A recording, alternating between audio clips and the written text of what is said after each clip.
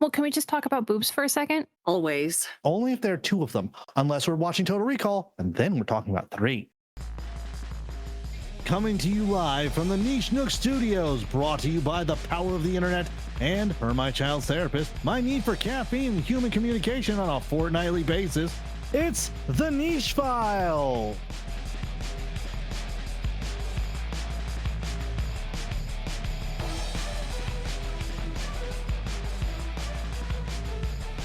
The music for the Niche Files is played and mixed by Paul of JPP Creative Media. If you like what you hear, you can find him on TikTok at Just Plain Paul, JustPlainPaul. Thanks again, Paul. I'll be your host and man who thinks Inconceivable should be allowed in Scrabble. It's Ryan. Hi, Ryan. Hi, everybody. And she keeps saying to blare, which means to bluff. But I won't let her leave the podcast until she can swallow the entire chocolate pill whole. It's Cass. Say hi, Cass. Hi, Cass. And she thinks she can beat Asia in a land war and a Sicilian in a contest where life and death are on the line. It's Cody. Say hi, Cody. Hi, Cody. And welcome to the Niche Files. We have decided to make a podcast. Why? Because I've got bored. And there are only three reasons I do things. Because I can, because I'm bored, and out of sheer fucking spite. But otherwise, Cass, explain why you're here aside from the vast amount of blackmail I have. What blackmail? I don't believe you have any. But I'm just here to watch movies and talk about them, as well as TV shows, music, video games, whatever else catches our fancy. That video game one's going to be real interesting for someone who doesn't get any of my video game references. What can I say? I still like to listen. I'm going to regret every decision I make from here on out, aren't I? Probably. And to our other lovely co-host, a person who power washes poorly in real life, but decently, except for, what was it, wood slants? Oh my God, those were the worst. It's Cody. Cody, explain why you are here and how much blackmail I have on your significant other. Well, I don't think you have any on him. He doesn't do anything. I've known him for 18 years. I have a lot. All right. Well, I'm here because I love talking about nerd shit, and torturing you is fun for me. Is that all? Is that all? Really? I mean, and you asked me really, really nicely. We need a third. What can I say? And you became the unicorn. Allegedly. See, I said allegedly. Cannot take it. This is an admissible in court of law now. You cannot edit this out. I will be upset. So I dragged these two into it. We've been discussing this for about, what do you say, a month and a half? At least. Yeah, about that. And so we all came together. It's like, okay, what's one movie we could start? What's one thing that we can all get behind? So what is the first piece of media on our long Excel spreadsheet? If you were paying attention to the intros, you already know. The Princess Bride. Every time you two do something at the same time, it scares me. Oh no. The horror. So how do we want to start this? Let's start by explaining the movie. It starts with Peter Falk coming in to tell his grandson, the Savage Boy, hey, I'm going to read you a book and you're going to shut up. And I got all this white stuff in my hair. Don't ask. It's not cocaine. The way that you say that makes me think it might be cocaine. You can't prove. It's allegedly. A boy's grandfather comes in and is going to gives him a present, and it's the book, The Princess Bride. Speaking of books, well, something that I think is kind of interesting is that, William Goldman not only wrote the book and then pretended he didn't, but he also wrote the screenplay. Wait, what? Yeah, so the premise of the book itself is that William Goldman is essentially sharing with us the abridged version of this book written by fictional author S. Morgenstern. Okay. And the book has a bunch of like editorial and author notes with like footnotes and extra lore. And literally there are lines that say, we're skipping all of this to get here. Okay. See, I've only watched the movie. and Matt Carioles. So that's all I got. I mean, that's pretty impressive. He's super nice too. I've only watched the movie. Not for lack of wanting to read the book, though. I would love to read the book. Anyways, back to the movie. Okay. No, there's too much. Let me sum it up. Start with Farm Boy and Buttercup. Farm Boy leaves and earns money to marry Dread Pilot Roberts. No survivors. 5 years pass. Buttercup engaged to Prince Humperdinck. Jack fucking Skellington, people. Learn it, live it, love it. She's kidnapped. Makes Florian believe it's Gilder on a ship and someone's following. Inconceivable! Buttercup jumps. No, that's shrieking yields in this water. Which were apparently all in the movie. Not needed in the book because they were sharks. Should have had freaking lasers on their heads. But Buttercup's pulled out of the water. Someone is following them and is catching up. Inconceivable! The Cliffs of Insanity, climbing. Man in black. He's climbing faster. Inconceivable! Man cuts the rope, leaving Inigo to fight the man in black. You seem a good fellow. I hate to kill you. You seem like a good fellow. I hate to die. Do you have 6 fingers on your right hand? A sword fight. Clang, clang, clang, clang, clang. And swoosh. Not in the fun way. Flipping, a 1 sword toss, and a spin over a beam later. Do. I'm not left-handed, nor am I. More sword fight. Clang, clang, clang, clang, clang, clang, clang, clang, clang. Man in black wins. Inconceivable! Leaves Fezzik to fight. The Battle of the Brute.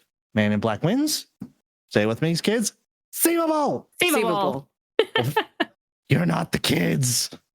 Vizzini and the Man in Black meet. A battle of wits. Iron King powder.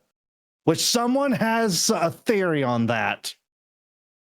Never enter a land war with Asia. Never go against a Sicilian when death is on the line. Prince Humperdinck and Count Rugen are following. So, with them following, the Man in Black has Buttercup. The Dread Pirate Roberts killed her one true love, so she pushes him down the hill. As you wish.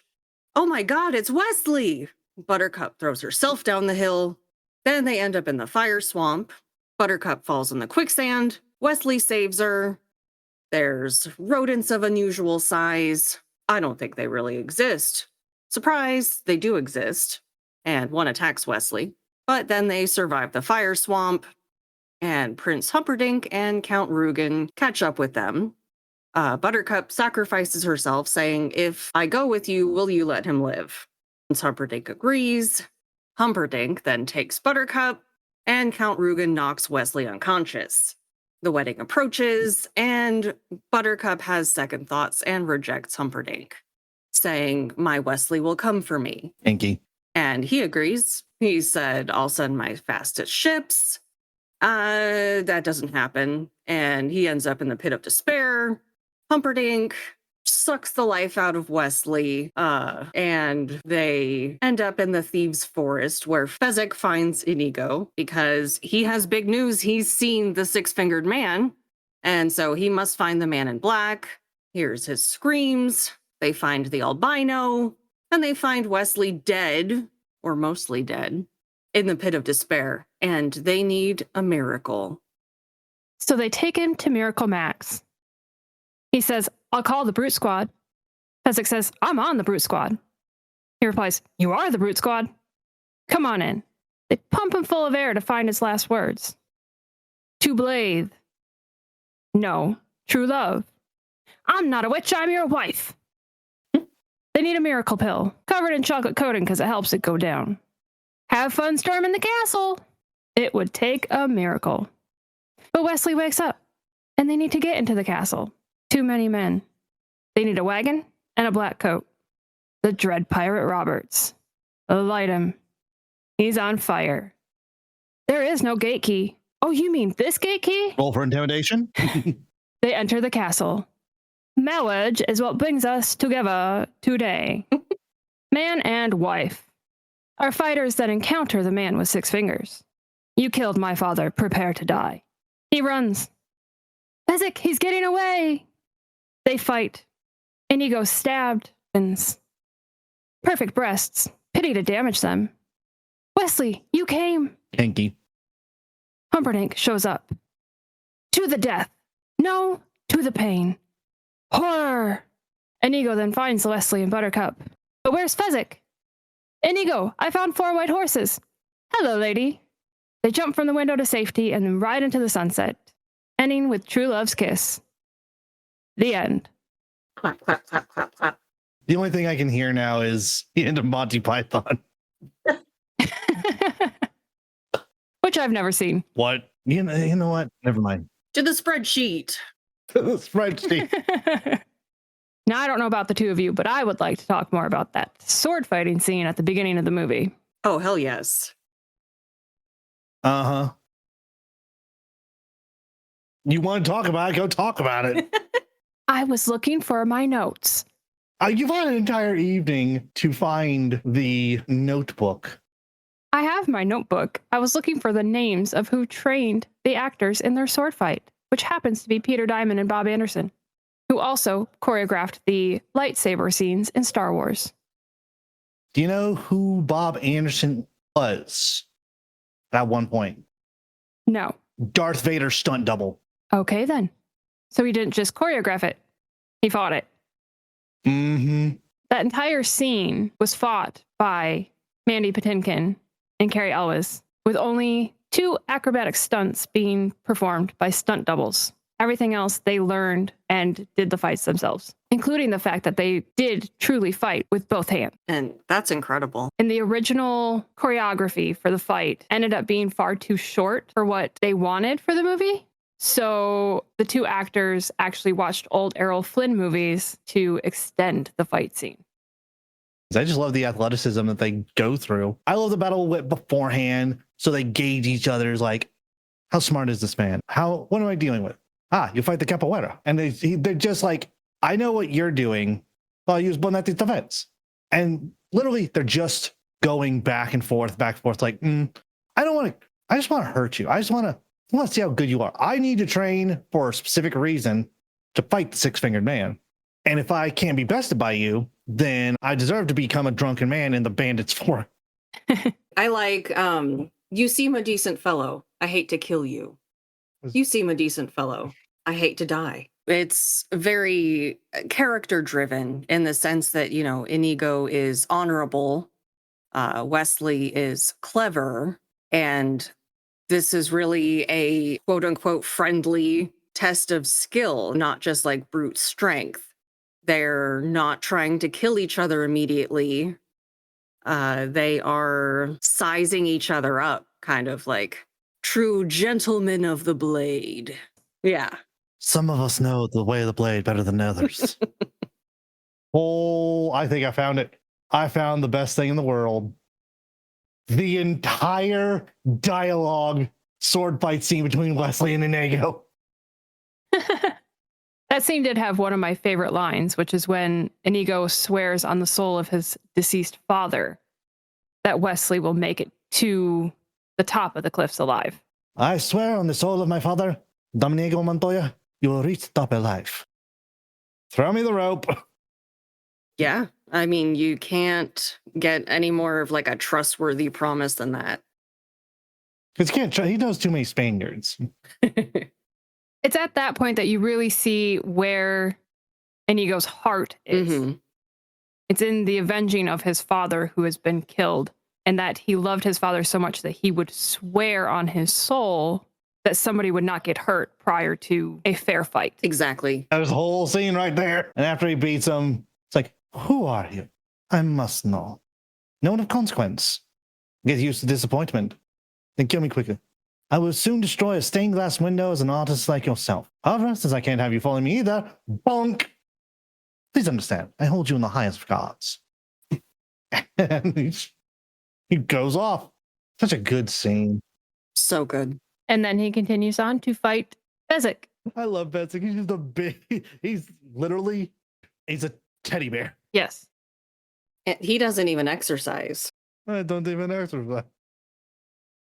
But he's also portrayed by Andre the fucking Giant, Who had back surgery prior to filming this movie. So all scenes where Wesley is on his back or Buttercup is being carried are all done with movie magic because he could not physically lift them. Magic. And in the fight scene between Fezzik and the Man in Black, they had to use ramps and stunt doubles for Andre the Giant due to his acromegaly, Right. What? his gigantism. See, I'm not saying you got to dumb it down for the audience. I'm saying you got to dumb it down for me. And when you say onomatopoeia, I'm just like, huh? So, in all fairness, do you think the Man in Black could have won against Fezzik if it were a quote unquote fair fight? No. No, he'd have to use some kind of trickery. Like, okay, let's take out the Andre just had back surgery and all that stuff. In like a cage brawl, you know? Now imagine him bashing someone against the rocks like that. He'd break their backs. Mm-hmm. Yeah, and not even with the good old fashioned hug. But yeah, it's for the sake of the story, it works. Yes. But I really don't think he could have fucking taken him. No, he would die. No. I'm just being mischievous. We may continue. First choice for Fezzik was Andre the Giant, whose wrestling schedule made him unavailable for filming. Goldman's second choice was Arnold Schwarzenegger, who at the time was almost an unknown actor. However, at the time of The Princess Bride was finally greenlit, Schwarzenegger was a major film star and studio could not afford him. Jenkins then contacted the World Wrestling Federation, one of the original names for the wrestling that goes on with, Triple H, Shawn Michaels, the Royal Rumble people, and asked about hiring Andre, but they were told that the filming conflict with a wrestling match in Tokyo that would pay him $5 million. Yes. Jenkins auditioned other tall men, including Kareem Abdul-Jabbar, Lou Ferrigno, and Carl Strucken, but they didn't pan out. Liam Neeson also. Tokyo match got canceled, and he got the role. I can't imagine anyone else in the role. No, honestly. I couldn't either. I think the cast is absolute perfection as it is. Mm-hmm. You couldn't get me. You couldn't get Arnold. Arnold saying, "Do you want the peanut?" Oh my God. And I know that Andre was worried about filming it because he didn't really speak English. He's French and spoke primarily French. And so that was his biggest concern with filming, is that he wouldn't be able to say the lines properly because he would be speaking in his non-native language. He used to keep Robin Wright warm during filming by placing his hands on her head. Oh. I made a hat for you. It is my hand. Basically. Does anybody want a peanut? Andre the Giant making rhymes and pissing off Wallace Shawn. Speaking of Wallace Shawn, he has one of the most quoted lines in the entire movie. Inconceivable. Inconceivable. You keep using that word. I do not think you know what it means. Spoken 5 times throughout the course of the movie. Only 5? That's it? Only 5. Well, he does eat it pretty early. Now, earlier, Ryan mentioned that someone has a theory about iocane powder. Well, that would be me. I have a theory about the iocane powder. And that is that the iocane was never in the wine. This is where you get to expand upon this one, young lady. Oh, wait, let me do a dramatic gasp.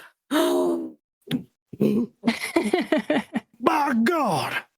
At the beginning of the scene, when Wesley first introduces the iocane powder to Vizzini, he holds it out to him and says, "Inhale this, but do not touch it." And Vizzini takes a very deep inhaling breath, therefore inhaling the powder. So it was never in the wine.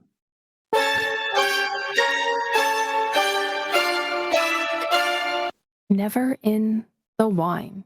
Now we got to look up how iocane powder works. I'm going on a list. I mean, it makes sense. I feel like there is evidence for that in the movie where, Wesley says, what does he say? I spent the last few years building up an immunity to iocane powder. And he supposedly poisons both goblets and wins by being immune to it.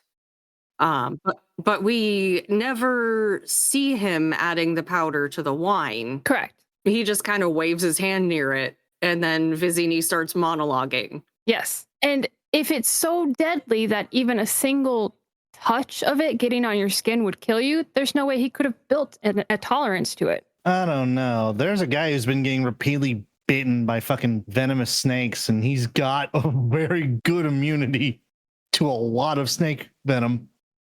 Here, you want me to just take the baseball bat to this window? Iocane powder doesn't exist. Correct. Iocane powder is official poison from the movie. Yeah. I just wanted to break a window. That's all. Oh, did you think it was real? Don't know. Oh. I'm an idiot. Well, no, you're not. But I thought it was like, I don't want to say like a fun fact that, I don't know, maybe I'm the weird one. But I do think it's interesting if it was airborne and if iocane powder can be inhaled and you can die that way. Wasn't Buttercup sitting like 2 feet away? Yes, she was. My guess is that if this was the case, when he inhaled it, those spores went out of that tube straight up his nose. Mm-hmm. Yeah. So it's probably not like super airborne. You'd have to like get it up in there. Yeah. Yeah, I'm on board. I'm going on a list somewhere because I'm looking up what kind of poisons would be comparable to this.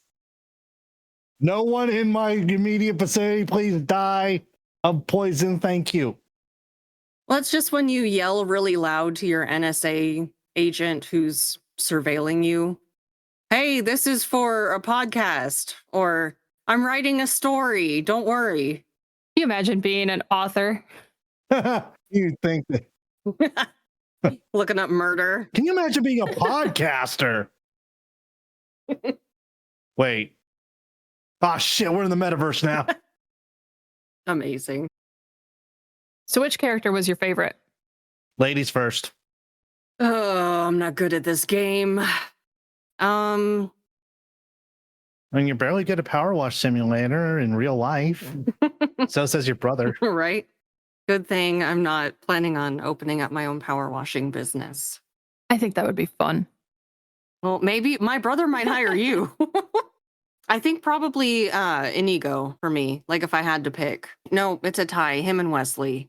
For me, it's Miracle Max. I wish he was in it more. Yes. You know how expensive Billy Crystal is? And the height of his game? Right. Exactly. They filmed that scene so many times and he told different jokes every time. And that was the only take that could be used because the others were laughing so hard during every other take that they couldn't use it. Like, they laughed so hard, Mandy Patinkin bruised his rib. I was going to ask which one of them bruised their rib. So you read my mind. Yeah, so as Mandy Patinkin bruised his rib, Cary Elwes was knocked unconscious during the scene where Count Rugen hits Wesley over the head. And he also broke his toe on an ATV ride with Andre the Giant. During the Life is Pain scene, you can actually see him favoring his left leg because of the broken toe. Oh, man. And he didn't tell anyone about it because he was afraid he would get fired. There was a lot of weird stuff that happened during filming. Like, did you guys hear about how the one rodent of unusual size actor was arrested after a bar fight and they had to bail him out? Yes, I did hear about that. Yeah, because they didn't use animatronics. Danny Blackner was a man in a rat costume, and he didn't show up to set one day. And because there was no backup rat, they had to bail him out so they could continue filming. That's a line and a half right there. There's no backup rat, huh? There also was reportedly a day where Andre the Giant allegedly let out a 16-second long fart that brought filming to a complete standstill as Cary Elwes and Mandy Patinkin could not stop laughing. Amazing. God damn it. And now we're going to spend 16 seconds because Ryan can't stop laughing. He's that man farted. No. Wait, let's have like a moment for how long that fart would have been. Hold on. We need a timer. Okay, I'm going to start the timer on 1, 2, 3. Okay, that's enough for that. Unless you want to fart the whole time, because that might be funny. Yeah, I would do that, but I would probably shit my pants. What? What? I'm at that age. I can't trust those anymore. And that was 16 seconds. 16 seconds doesn't seem like it would be that long till you're actually timing it out. God, though, for a fart? Like, my God.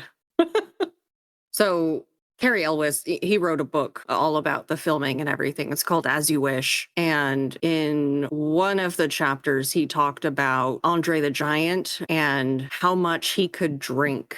Yes. Yeah. In one sitting during filming, he drank the equivalent of 119 beers. Yeah. And his alcohol tolerance was just legendary, Yes. I guess. You could say it was giant.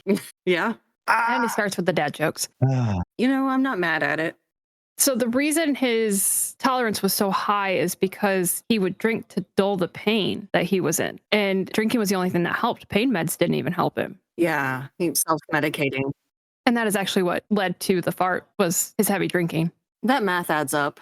Okay, of the several places that this was shot, where would you want to go? The Cliffs of Insanity, Yeah. Which are in Ireland. Cliffs of Moher Yes. in County Clare, Ireland. As most of the movie was filmed. And would you be like everyone else? Would I be like everyone else? What? Would you be like everyone else and point and go, look, the Cliffs of Insanity? No. But you would. Exactly, because I am a giant child trapped inside an old man body. Would you climb them if you could? If I could, yes, I would. But if anyone could, they probably would. All right. I'll wait for you guys. I'll wait for you all at the top. Can you throw us a rope? I'll just hold on to Ryan. He can drag me up. Who am I, fucking Andre? No, fuck that shit. I will come up with the jokes that rhyme and piss a man off. But I ain't carrying anyone up there. Not even my children. Are they listening? No, they've got their earbuds in. Hold 1 second, please. Are you girls listening? I give the two most quizzical, what the fuck are you saying looks. Well, can we just talk about boobs for a second? Always. Only if there are two of them, unless we're watching Total Recall, and then we're talking about three. In my opinion, one of the best lines in the entire movie is spoken where he says, "There's a shortage of perfect breasts in this world. It would be a pity to damage yours." Ladies, do you have anything else you want to go on about this movie? Things you like, things you don't like? Things that if you don't like, will probably get you raked across the coals, and I'm just going to sit there and watch with popcorn. Cody, you got a favorite line in this movie? You can't ask me these. Yes, I can. That's the entire point of the podcast. I was thinking about stuff I didn't like. Okay, what didn't you like? You could be the negative person this week. Well, I mean, it's not like I don't like it, but Send all your emails to thenichefiles@gmail.com. Cody, how dare, Princess Bride. Well, all right. And I will make sure they are forwarded to her personal email when we're done. So She can't escape wrath. I do think that Buttercup kind of felt like there was a lack of agency, both in the book and the movie versions. I feel like at the beginning. Well, it's the 80s. Women are objects, remember? Yeah. You know, she starts off a little spicy though, like She's a plot point. yeah, and then she just very quickly becomes passive. All the things like happen to her with little personal action. She's kidnapped. She's almost eaten by the eels, threatened with marriage. She doesn't fight very much when she's attacked by the rodents of unusual size either. Yeah, she gets rescued. She gets kidnapped again, gets saved again. She doesn't fight back, exactly as you said. She doesn't negotiate for herself. And she really exists just to be sad and pretty when Wesley's dead. Yeah.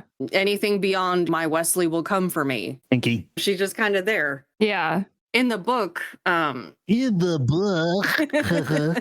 well, in the book, I mean, I wouldn't say she's a feminist icon, but she does a little bit more. And I feel like it's a little more obvious that William Goldman is playing her as a parody of a fairy tale heroine. She's basically a damsel in distress the whole time. But she has internal monologues of her own, full of self-loathing and romantic confusion, like any teenage girl. And I feel like it makes her a little more interesting, but it overall a little lacking. That's going to be it for us here tonight at the Niche Nook Studios. I'd like to thank Cody and Cass had an enjoyable time, but per their lifetime NDA, they cannot say anything negative. So until next time we meet everyone, say goodnight, ladies. Before I go, I just want to remind everyone out there, it is illegal to kill Bigfoot in British Columbia. Good night. What? Good night, Wesley. Good work. Sleep well. I'll most likely kill you in the morning. Was that an open threat or a very veiled threat?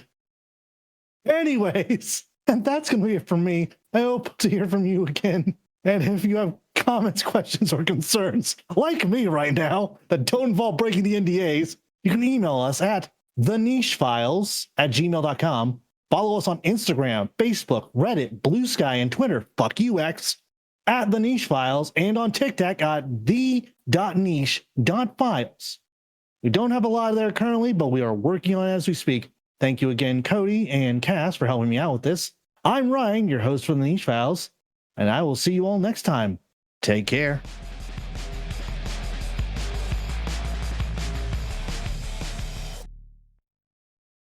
Did you say Tic Tac? He did say tic tac. Do you want me to do the whole fucking thing again? We could start over. No. No, I like it that way. It's cute.